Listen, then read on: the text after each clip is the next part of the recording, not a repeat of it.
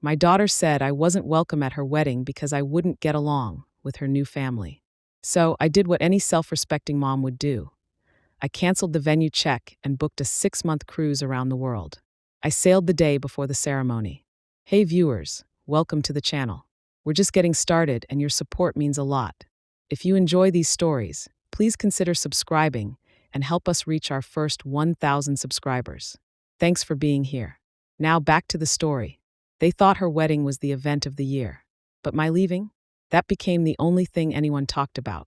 The whole thing started not with a fight, but with a text. A message that felt colder than a winter wind. I was in my garden, hands covered in dirt. The sun was warm, but I felt a chill. I was taking care of the hydrangeas my late husband, David, and I planted years ago. Each bloom was a memory, a reminder of what I lost. My phone buzzed in my pocket. I wiped my hands on my worn gardening gloves and read the words that cut me off for good. Hi, Mom. Been thinking about the wedding. Mark and I decided it's best if you don't come. His family will be there, and it's just not a good mix. We don't want any drama.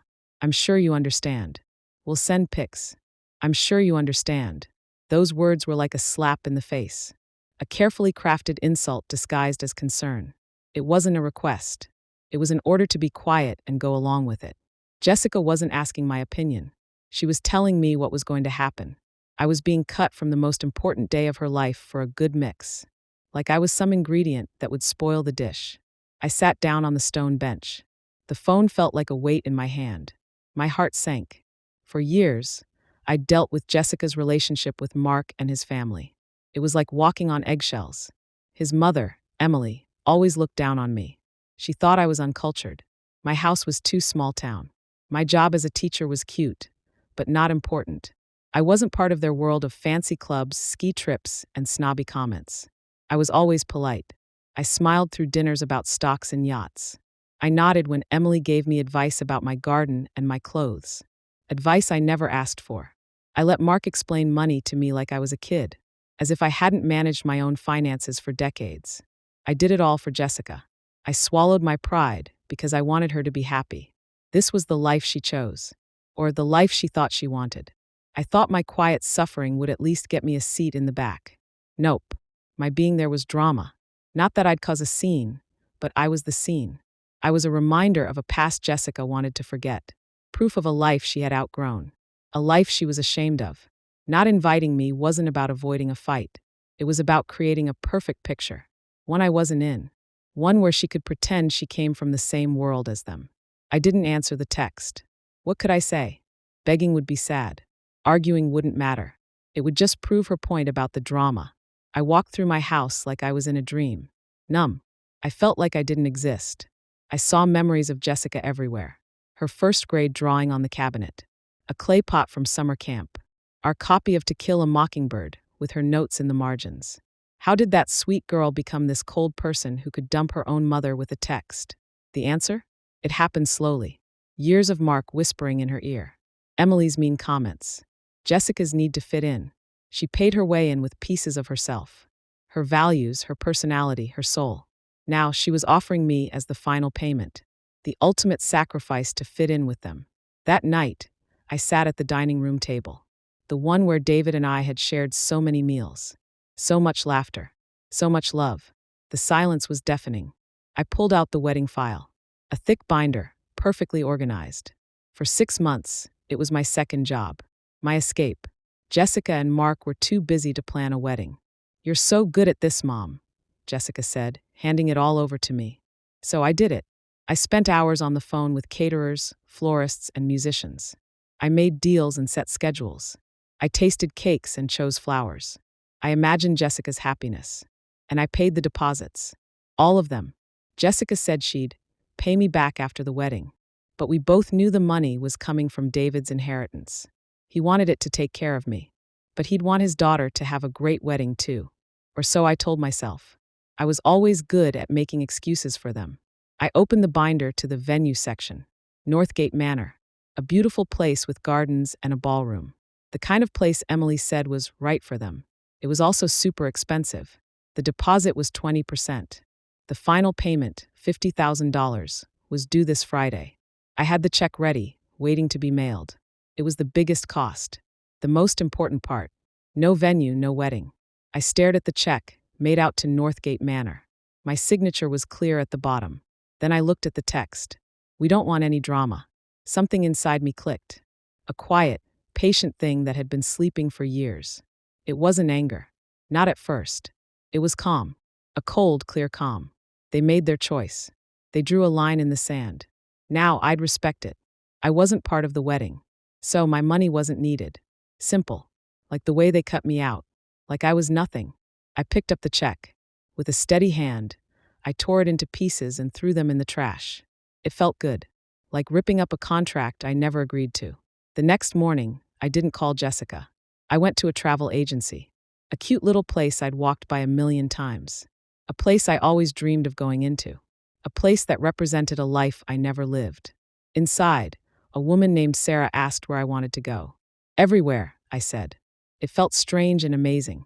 Like saying a word I wasn't allowed to say before. For years, David and I dreamed of traveling. We had a map with pins marking the places we wanted to see. Norway, Kyoto, Marrakesh, the Serengeti. But life got in the way. Mortgages, jobs, kids. Then his sickness. Our world got smaller and smaller. After he died, traveling alone was too hard. The world felt too big without him. Too empty. But now something had changed. The world wasn't empty. It was full of chances. A future not just about being Jessica's mother or Emily's punching bag. A future just for me. A future where I could be myself. I have a budget, I told Sarah, thinking about the $50,000. And I have a date I need to leave. We spent 3 hours planning an adventure. A 6-month trip around the world. Not a fancy cruise ship. A journey on smaller ships, trains, and in nice hotels. It would start with a trip to Lisbon, then the Mediterranean, Egypt, Jordan, India, Southeast Asia, Australia, New Zealand, and South America before flying home. The trip of a lifetime. David's and mine. And I'd take it for both of us. I'd see the world for him. The date was important. Jessica's wedding was June 15th. The cruise left New York on June 14th. It's perfect, I said, smiling for the first time in a long time. A real smile. I paid with a bank transfer. It felt clean and final, like closing a chapter of my life. The next 2 weeks went by fast. I arranged for a neighbor to watch my house and garden. I bought luggage, travel books, and a new camera. I packed my bags, picking clothes for every kind of weather. With each item, I felt the old me disappearing, the me that always put others first. I was becoming someone new, or maybe myself again. The person I was before I became a wife and mother. Jessica's world was quiet, eerily quiet. I got reminder emails from wedding companies, which I deleted. Jessica didn't call. She probably thought I was sad and would send a check with a congratulations card. The idea that I'd do anything else? She couldn't even imagine it. She underestimated me. The Friday I was leaving, the day before the wedding, was beautiful. The sky was clear, the birds were singing. My taxi was coming at noon. At 11, my phone rang. It was Patricia from Northgate Manor. Mrs. Harrison? Sorry to bother you, but we haven't gotten the final payment. It was due today. We can't hold the booking. I'm sorry, Patricia, I said, staying calm. There's been a mistake. I'm not part of that wedding anymore. You need to talk to Jessica or Mark. Silence. A long, awkward silence. Not part of it, but you've been handling everything. The deposits came from your account. Yes, well, things have changed, I said nicely. Jessica uninvited me. So, I figured my money wasn't needed either. I hope you can work it out. Goodbye. I hung up. I almost laughed. I knew what would happen next. Patricia would call Jessica. Jessica would call Mark. Mark would call his mother. A bunch of frantic calls would end with them calling me. It was like watching dominoes fall. It happened just like I thought it would. 30 minutes later, my phone buzzed with Jessica's name. I answered. Mom, what is going on? Her voice was high and shaky, on the verge of tears. Patricia called. She said you aren't paying. They're going to cancel the wedding if they don't get $50,000 in the next hour. Is this some kind of joke? No, Jessica.